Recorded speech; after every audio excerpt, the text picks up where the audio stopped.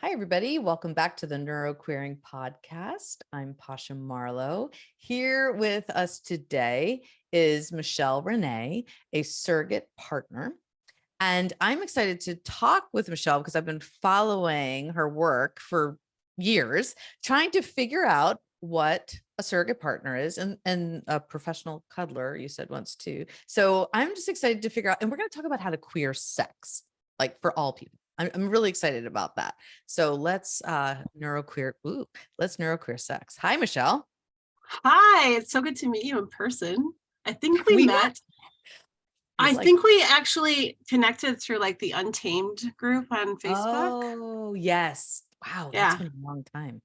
Yeah. So we've Yeah, made it through COVID together. I'm pretty we sure that's how that did. works.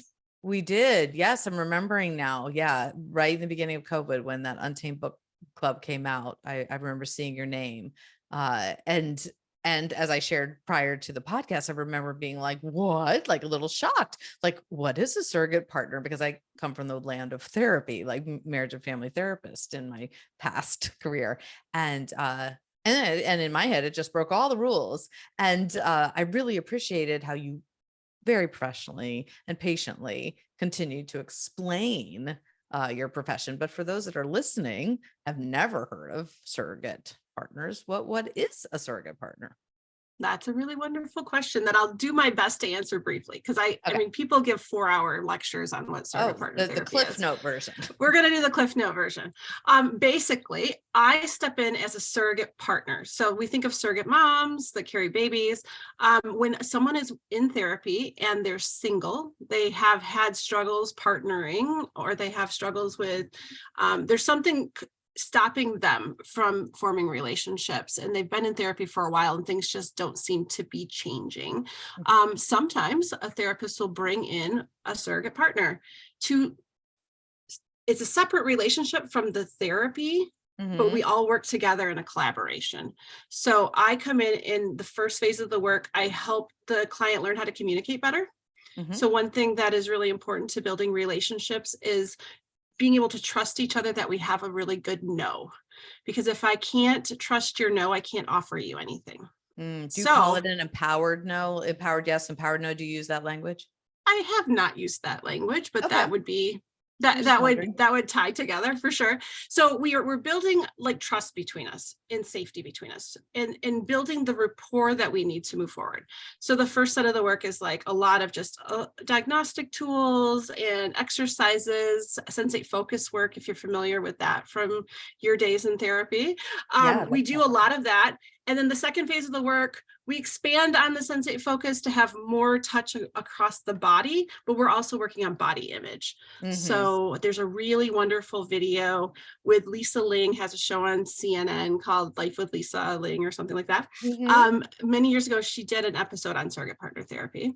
And one of the best parts of that episode for me, made me cry, was she partakes in what we call the mirror exercise, where in our work together with the client, me and the client, not the therapist, we will get naked together in front of a mirror and talk about our bodies. And it is so, it's probably the first time a client sees me cry a lot of times, because it's the most vulnerable for me to, that's the first time at least that I show up really vulnerably in our work.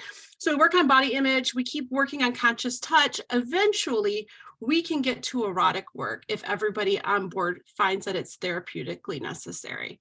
So a lot of times people come to surrogate partner therapy because they're dealing with some kind of sexual dysfunction, or they're maybe they've missed that kind of window of what is socially acceptable to quote unquote lose our virginity, to get sexual experience, and it's holding them back from dating.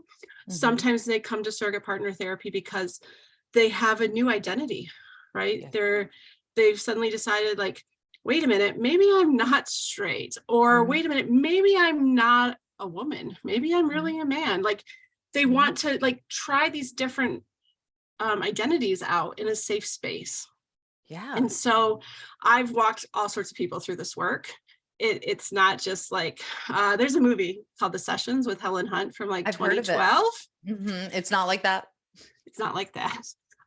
The biggest problem with that movie was like they limit us to 6 sessions, is what the movie says. Is like we get 6 sessions. So no. This is a very long measured process. Most of my clients are with me for at least a year. Yeah. So there's a lot of work that happens before we even consider if erotic work is needed. But because this is not transactional, like my client doesn't come to me and say, I am giving you money today, you will give me a blowjob. That is not how this works. So it's not prostitution. We don't fall under prostitution laws because we have that triadic collaboration with the therapist. There's more people having eyes on this relationship. Good. And so there's a lot of like accountability there, and it really helps keep everybody on the up and up. Okay. And could you expand on sensate focus for our listeners? Yeah. So Sensate Focus was created with Masters and Johnson back in, I think, the 60s. They also were the people that first did surrogate partner therapy. So Sensate Focus is about learning how to be really present in touch. And we touch with curiosity. We learn to touch for our own pleasure. So for some people, it kind of blows their mind to think about touching someone else in a way that makes themselves feel good.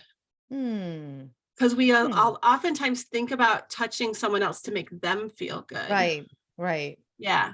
Okay. We pick that apart a bit in practice a lot with the question of like, who is this for? Which is kind of like melding Sensate Focus and Betty Martin's Wheel of Consent work. I don't know if you're familiar with that framework. Very similar to Sensate Focus. So much that I've kind of confused them in my brain. So don't ask me. So is the ideal that you would enjoy the touch and the person giving and receiving? Absolutely. Absolutely. But I think having clarity about who the touch is for makes things really less muddy. And I'll give you a great example of how this came up in my life personally, because I think it helps. At least I think people that are socialized female will understand this scenario a little bit. When maybe not the way it happened to me, but in other places in your life. I was at a sex party. Again, we have very different lives. I think we had this conversation on Facebook one time. Well, I mean, I don't know. One person's sex party is another person's everyday night or right. Yeah. I don't know. Well, this might remind you of high school. And so maybe we can correlate it here. A guy came up to me and he said, can I give you a massage? And I was like, and I had guys do that in high school, right? Like, can I give you a massage? And it's kind of their way to gain access to your body. Yeah. You know, I see I know that play. I know the game. Right. So I was like, yeah, sure. Right. But the way he did it was like I was wanting the massage. And we both know that he wanted to touch me. But because he wanted to he really wanted me to feel like that I wanted this thing. And I went back to my boss. I'm a professional cuddler, like we talked about. And at one time I was working with another professional cuddler, and we talked about it. And she said, you know why that feels icky, right?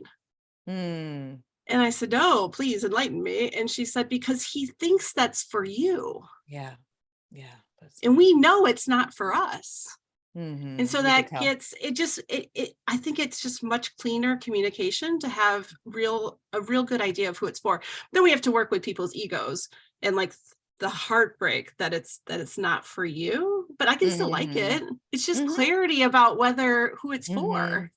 So we do a lot of that work in all of my work, whether you're seeing me as a surrogate partner, seeing me as a professional cuddler, seeing me somewhere in between. Okay. Now, a lot of my clients have sensory processing issues and focus, not just for orgasm, just focusing on the present moment in any intimacy. Could be holding hands. It's just really hard to focus because there's so many distractions, sensory distractions. So do you run into that a lot? I think absolutely. One of the first exercises we do, which is part of Sensate Focus and Wheel of Consent, again, they overlap really well, is we teach people to touch with curiosity. And I think that helps keep them present. Nice. Better. So like you could pick up any object. I have this chapstick in my hand and like just get really slow and curious with your touch and notice what you notice. Right? Like I'll pay attention to the texture of it. There's these little ridges on the end and I can pay attention to the temperature of it. It's a little cooler than room temperature. And how does it feel like the pressure? How does that feel? Like keeping that kind of, I know I'm not good at like regular meditation, but I can do a walking meditation, something that Yes, involves my the body, movement. right? So in touch, if we can keep ourselves engaged in it because we're being curious and an active participant, that's one of the first exercises that we work on, because we want to build on that so that when they're touching me, they're staying present with curiosity. Now, to receive touch and stay present, that might be a little bit more complicated, but practice. Yes. And when you said let's queer sex, I was like, yes, definitely. And that doesn't necessarily mean we're making everybody queer. We're wanting everybody to be queer. It doesn't even have to be about being queer. So what do you mean when you say queering sex? When I think of queering sex, I think of moving away from the traditional, what we think of the traditional model of sex, right? Because I grew up in the age when it was not so normal to talk about quote unquote gay sex, right? And I remember people going, how did two women have sex? Right. Like it baffled them. And now in this day and age, I still run into that every once in a while. Maybe it's generational, but I think do you not have sex that doesn't involve a penis ever? Right. You know what I mean? Like if that's the case, like I'm really sorry for you that all of your sex includes like some kind of penis insertion somewhere, right? Like so queering sex to me is kind of not being penis focused. Great. Is like not considering foreplay. It's all sex, right? If I never heard the word foreplay again, I would not be upset. Okay. And why do you dislike that word so much? Why do you think it should be outlawed? Because it's like, okay, did I do enough that I can do the real sex? Oh, it's right? Like the real sex. This is the actual sex. This is the foreplay. And it takes you, we go back to the Clinton era is a blowjob sex. Yes. You know what I mean? It's all these things like you could have sex with me and not even touch me. Yep.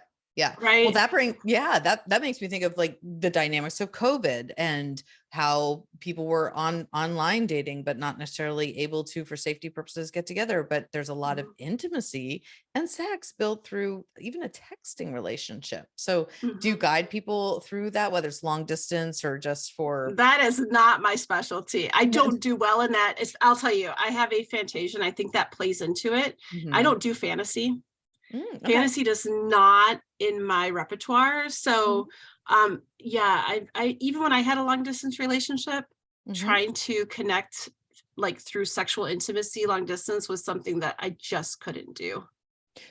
But if you expand sex to include intimacy and intimate conversations, do you feel like people could have a intimate relationship via just text? Oh, intimate relationship. Yes. Sexually intimate is a whole nother like category. And what does sexual intimacy sound like mean to you? Everybody's going to be different. For me, when I think about a long distance sexual relationship with someone, I think about like Skype sex, right? Where two people are masturbating together or sending, like sexting, like, and that just, for whatever reason for me, doesn't work for me.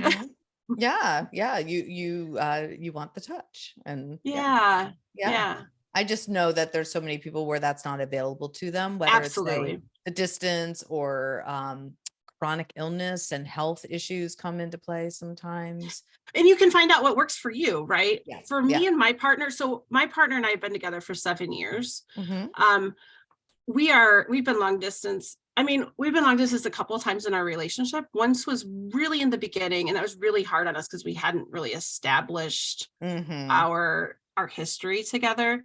And so I just started traveling out to San Diego a lot because I couldn't do the Skype thing. And it was really hard to connect with him. If I'm not in his physical bubble, I last about 48 hours in his kind of like, what is my world? So that was really, really hard for us. And now all these years later into our relationship, this 2 years has been really easy. We spend like, I am in San Diego 2 weeks out of every month. I go back to the East Coast for 2 weeks. A week and a half of that I spend with my partner, and another few days I spend in Philadelphia seeing clients. So we still have this long distance thing. We don't do the whole Skype sex stuff. We don't sex like, but what we did find that was really kind of fun for our sexual life is it doesn't turn me on, but it does connect us in kind of this fun sexuality space where like I give him tasks to do while he's dressed in something sexy. Like he'll have like a cute pair of underwear on, and he'll send me pictures while he's making the bed and reading his mail, and like the things that he really struggles with, like adulting wise. He has ADHD. And so he's like, I've never gotten so much stuff done before, but we found a fun way to do it. I love it because every day I talk to clients and myself saying like, how can we bring pleasure or gamify dishes, laundry, all the things. So I love that you're bringing some. And we're both from the kink community. Like we met in the kink community. So for us, it's like one day I said, why don't you go home and put on a pretty pair of panties, put in a ball gag and sit at the table and read your mail and send me a picture. And it's my favorite picture. I love that. It's my favorite picture. And he really loves it. It doesn't like, I don't feel this desire to like go masturbate to this. Right. But it keeps us connected. And he gets really turned on by it. And he'll be like, can I go masturbate now? I've done all my work. All my tasks are done. I did my bills. And I'm like, absolutely, go do the thing. I give you permission. Like, it's just in our kind of dynamic. So it's worked out okay. Yeah. Does body shame come up often? I feel like that's a rhetorical question, but assuming body shame comes up a lot, do you have a favorite way of kind of working through it? I know there's probably multiple ways and probably takes a lot of time, but like, do you have a favorite way for yourself? Well, I think it's very client dependent. Okay. Where they're willing to go. My fastest way to get over body shame is get naked in front of people. But that's like people or your partner, like people in general? Any people. Yeah. Like for myself. So I got divorced like in 2014 I wouldn't go to the beach. I never took my kids to the beach because that was like, I couldn't imagine being in public with a bathing suit. I'm a plus size woman and blah, blah, blah, blah. I had the typical, I just can't imagine showing my body in public. I don't think it matters what size you are, honestly, but that was my story. Yeah. So, but I got involved in the kink community shortly after the marriage ended, not because I thought I was kinky, but because I'm a sex geek. Like I really geek out on sex and relationships. And I found out about this community and I was like, oh, I need to go learn about this. This is, I did not know anything about this. There's this underground community and I can go have dinner with them and just talk shit all night. Like, great. This is great. Like, I love this. And I went and it was a space where I could be completely myself and nobody looked at me like I had three heads. Good. Like I'm a pervert. You know what I mean? Like I'm going to talk about sex a lot, even though I actually don't have that much sex. But I love talking about it. And so I kept going. And eventually I got like, oh, maybe I want to try some stuff. Right. And I think the first thing I did is I went to like a rope, like a shibari class. Okay. And that's like, have you seen like, it's like pretty rope bondage stuff. They do like special knots. It's kind of like Boy Scouts. Level, no, right?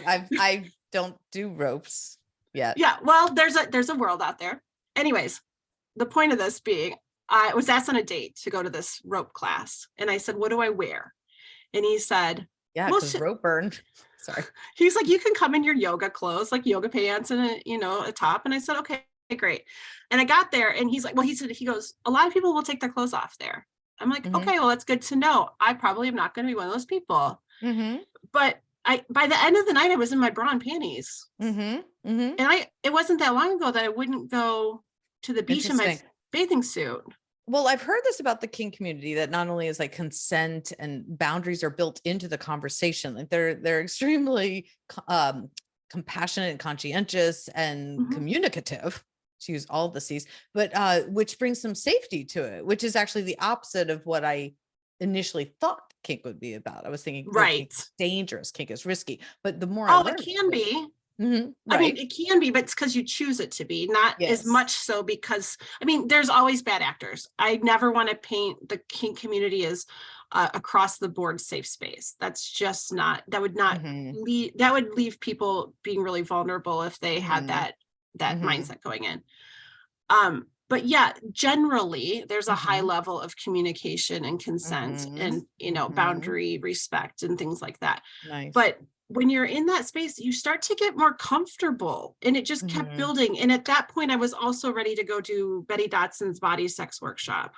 Did you get to Oh, meet in person? absolutely. Yeah. Good. So, but I Okay. knew that workshop I was going to have to be naked in for 2 days. Right. That is Yes, because you it's walk Betty in the Dodson. door and you hang your clothes on the hook. Right away, no trust report, time, nope, nope, just not even an Nope. icebreaker. There's Okay. nothing. It's like Wow. you're not passing this threshold in the apartment basically until your clothes are off. Okay. So this was kind of like me getting my feet wet, you know, Mhm. and in overall, fast forward, there's a great article I just read the other day about how being nude in public is actually a really good way to get over body image issues. So fascinating because I have my own body issues, my body shame, but lately I've been going to a sauna and the in the sauna is well, first of all, I was like, is it clean? Is it safe? All the things. But I see a variety of bodies in there. And I am starting to release some body shame in just the appreciation for the variety. I'm appreciating my Mhm. variety. Does that make Yeah. sense? Yeah. When Mhm. I came to California, I had this idea in my head is like, oh, I'm going to this new rope class in a new community. I'm sure everybody's going to be beautiful because it's It's California. San I was Diego. raised in I was raised in Michigan, right? Like I had this crazy idea that they're different people in I California. totally do, right? Yeah.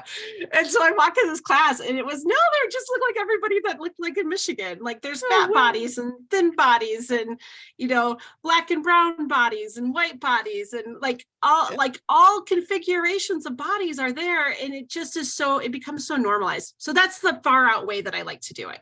If Like, if I a if a like client's on board with that, I also do a body sex type workshop and a lot of women come in and they're like a little apprehensive at the beginning. And by then they're like, it's like, I don't even realize I don't have my clothes on anymore. yes, you forget. I taught a naked yoga class and it was beautiful. Actually, it was multi-generational. And at the end, we circled up and we were naked at the end. We were naked throughout the whole thing, but at the end we were meditating and then we cuddled up in blankets and just circled and talked about humanness. And Yeah. it was so beautiful. But we we all agreed that about 15 minutes in, the first 15 or the first minute was terrifying. And then the disrobing, always awkward, just like, how Mm-hmm. am I working this into yoga? I hadn't thought that through.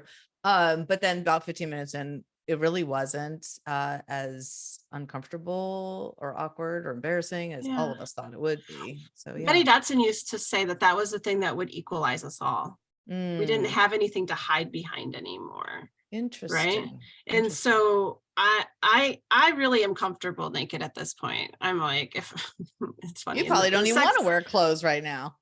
Well, it's chilly. I do live in a clothing optional home, which is kind of fun. Yeah. I mean, it's an interesting dynamic here.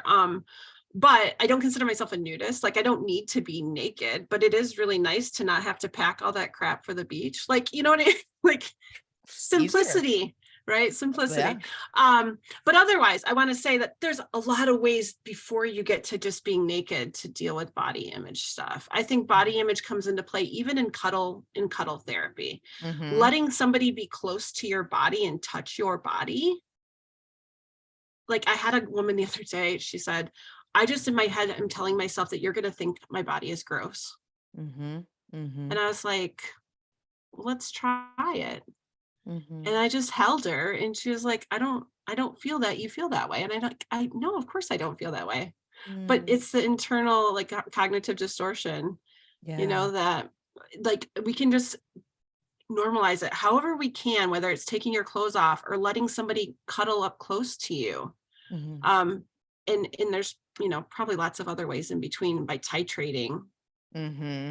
removal Mm-hmm. of clothes or just self-compassion, And things like that.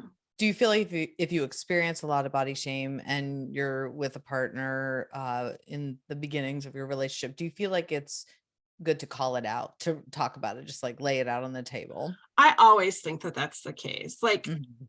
I think I went to a camp called Sex Geek Summer Camp in 2015. It's like a Mhm. business camp for sex educators to learn how to like market themselves and all these really fun things, like classes during the day. And then we have really fun parties at night kind of I thing. You get a bet bunch you of do. sex geeks together.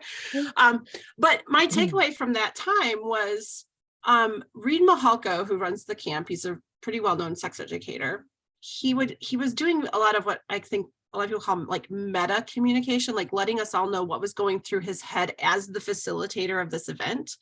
Like he would just stop and like pause and say, right now, I've got these hamsters in my head telling me that nobody wants to hear what I'm telling them right now.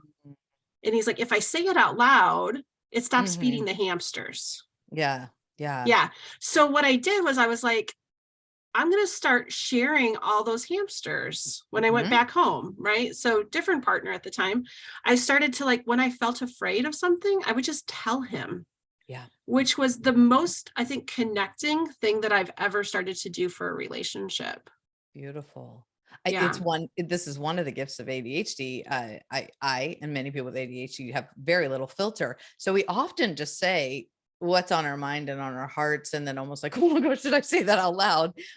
So I've been told that when I'm nervous or flirting or even in the middle of intimacy or sex, that I just kind of like talk too much, but I like say so much. I'm like, "Gee," like it's interesting how much you're sharing vulnerably, but then it takes some of the fear away for me. Uh-huh. And it takes some of the power away from the shame. It helps me in the Shame shame. lives in the dark, right? Right. It Right. really does. And it's funny Mhm. because I spent in my first relationship, the first marriage that was like 20 years. I was a passive aggressive kind of person. I was not a direct communicator at all. And so now I think because of my work, when I started professional cuddling, one of the things I was really working on personally that I got to practice in my work was like direct communication and setting boundaries and like holding boundaries, things that I needed to work on, I got to do practicing in cuddle therapy and teaching my clients to also do the same thing. And now I find that because I'm such a direct communicator, that it's the neurodivergent clients that I feel easiest to spend time with. Yeah. They feel much more like home for me. Absolutely. Absolutely. I love that about the community. Mhm. Because it feels it's vulnerable, it's raw, empathetic in general. People are very willing to share, and in fact they've been told perhaps throughout their lifetime that they're too much or they share too much. So to be in a safe space where we're allowed to fully share is extremely healing. And Mhm. for me, like when I write my notes, one of my colleagues tends to go over my notes with me, and he's like, I just love how you're so meta. You just share everything that's going on internally. And I'm like, well, that's like the easiest. That's just, I don't have to try to do that. I feel like it just naturally is like, oh, this feels really good. Now, I'm not diagnosed with anything. Like, I don't Mhm. know Mhm. what I am. I tend to think that I maybe have ADHD. Mhm. I tend to think I'm maybe on the spectrum somewhere. Mhm. I've always thought my kids were probably on the spectrum somewhere. Mhm. It's like I have all these things. I haven't sought out a diagnosis, but Mhm. A lot of people just self-diagnose, and it seems to be just as accurate. The trick is only if you're self-diagnosed and you want to explore medication. Mhm. Sometimes, depending on your doctor, the relationship you have with your doctor, that it's tricky to get the medication. And the medication often in a day you can see whether or not it's helpful. So it's Yeah. nice to be able to have that option. But most of the people I work with are self-diagnosed ADHD, autism, um, Yeah. I because was we at a look. Go ahead. I was at a workshop, and Uh-huh. we had two people in the workshop. It was like a 5-day workshop. We had two people in the workshop that were um uh autism spectrum. Hmm. And it was an interesting dynamic to bring into the workshop. And I Hmm. found myself so drawn to be with them than Hmm. everyone else that I start to go, this is really fascinating. Mhm. Like, and Very unfiltered. I don't know if that's because of my partner and all my time I've had with him, that it's just become what feels quote unquote normal to me. Mhm. Like that is Mhm. my normal at this point. So yeah, I even put in some of my copy that I find that neurodiverse folks tend to work really well with me. Interesting. Yeah. Often people with autism, and I'll put myself in this as well, are very, not only upfront and literal and exceedingly honest, almost to a fault. We will tell you what we think, but really literal as well. And Mhm. so some of the nuances, the sarcasm or passive aggressiveness doesn't land as well. And so, so it's important to have other neurodivergent minds to play with and be Yeah. intimate, Yeah. because it's a different experience for sure. And I do want to touch upon, for those out there who, like me, have a lot of intimacy, a lot of romantic friendships, but not a lot of physical sex, from PIV to queer sex, just not any touch at the moment. And exploring concepts around asexuality, but also exploring letting go of the narrative that something's wrong if Mhm. there's not any physical intimacy or sex. I was just Yeah. wondering what your thoughts are on it, as much as we would love to Well, have it, maybe. I mean, I think it's like accepting that however you're showing up is okay. I think, Mhm. I mean, as far as like the asexuality stuff, like I'm like in a place right now where I'm like, maybe I'm gray sexual. What is that? Like that means I'm not, it's like a, I don't even know how to describe it. Like you're in the gray zone. Like, are you Okay. Okay. allosexual? Are you asexual? It's kind of very, um uh individually like each experience is independent, like how I'll feel that day, or you know what I That mean, like totally it's, that totally makes sense. but Yeah, I'm also a absolutely. responsive desire person. Thank you, Emily Hmm. Nagoski, for making me realize I'm not broken. Love her. Hmm. My Hmm. ex-husband would have, often said like, what's wrong with you, like, Hmm. mhm. Hmm. um I did a lot of damage. Yeah. Yeah. So like, I think however it feels like it's really authentically you, Hmm. that's how you're supposed to be, Nice. I like it. right? I like it. Like, That's very freeing. there's Hmm. no right way or Hmm. whatever. I think it's important to have like a relationship with yourself. Hmm. I Hmm. think that self-touch is I don't mean necessarily to orgasm, but just being able to like explore your own body and figure out what do you like and what do you not like Hmm. is really, really important. And then you Hmm. can, if you do have opportunities to be with a partner, you're much more able to communicate what you'd like. I think a I don't want to call it a trend. I think there's a group of people out there that think that their partners are supposed to be able to read their minds. That's not gonna happen. It's not going to happen, but they're disappointed that their partner doesn't magically know how Right. they want to be touched. Yeah, you have to explore it on your own and then be able to communicate that to your partner. Uh, Hmm. yeah, and I think self touch, self pleasure is very important. And I love that you said it doesn't have to be orgasm. Doesn't even have to be what people would think of as masturbation. It could be you exploring bodyfulness when you're in the sauna or the shower or in yoga, and just kind of Or feeling looking at your yourself in the body. mirror, Mm-hmm. Mm-hmm. right? Like Mm-hmm. sitting, like my roommate, Sarah, we actually co-facilitate the vulva confidence class. Nice. Um, she almost had labiaplasty where they trim your labia, right? Mm-hmm. She went in and did a consult. Uh-huh. She was ready to do it. And the receptionist on the way out said, before you go forward with this, let me just encourage you to try this 30-day mirror exercise where you sit in front of the mirror with your vulva for 30 days and just look at her. Nice. I'm glad And they did that that. stopped her from going forward with that. And I think that we just, vulva owners, we never look at our vulvas. They're not something we have to hold to go pee. They're a much Sometimes more, they're hard to see depending they're, on your you body. can't see them unless you try. Do you know what I mean? You have to Unless you're purposely, contorting or mirroring. Yeah. yeah. So I think that's a really, I think, Mm. important, just knowing your body. Yeah. And I do want to just because when you mentioned did you refer to it as labiaplasty, right? Hmm. And I know there's lots of different procedures out there.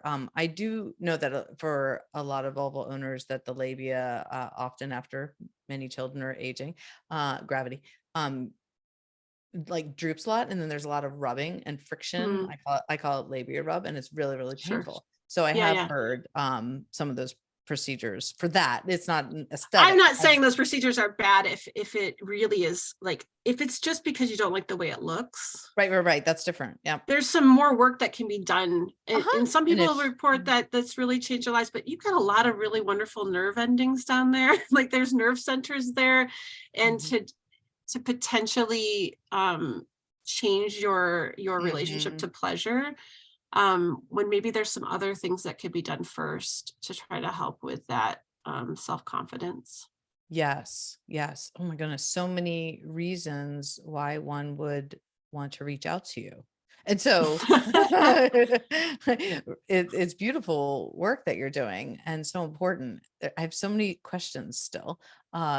But I'm conscientious of the time, and I'm also Yeah. conscientious of my You could turn it into a audience. two-parter. I don't I know, know but I want to, because I would love to talk about like the soft cock week and erectile dysfunction and Mm, infidelity and how all these things play into an internalized homophobia or internalized transphobia and all. There's so much. So we're gonna have to have Michelle back. I would love Um, to. Thank you so much. I've been looking forward to this conversation. And how can people reach you and find you and follow you?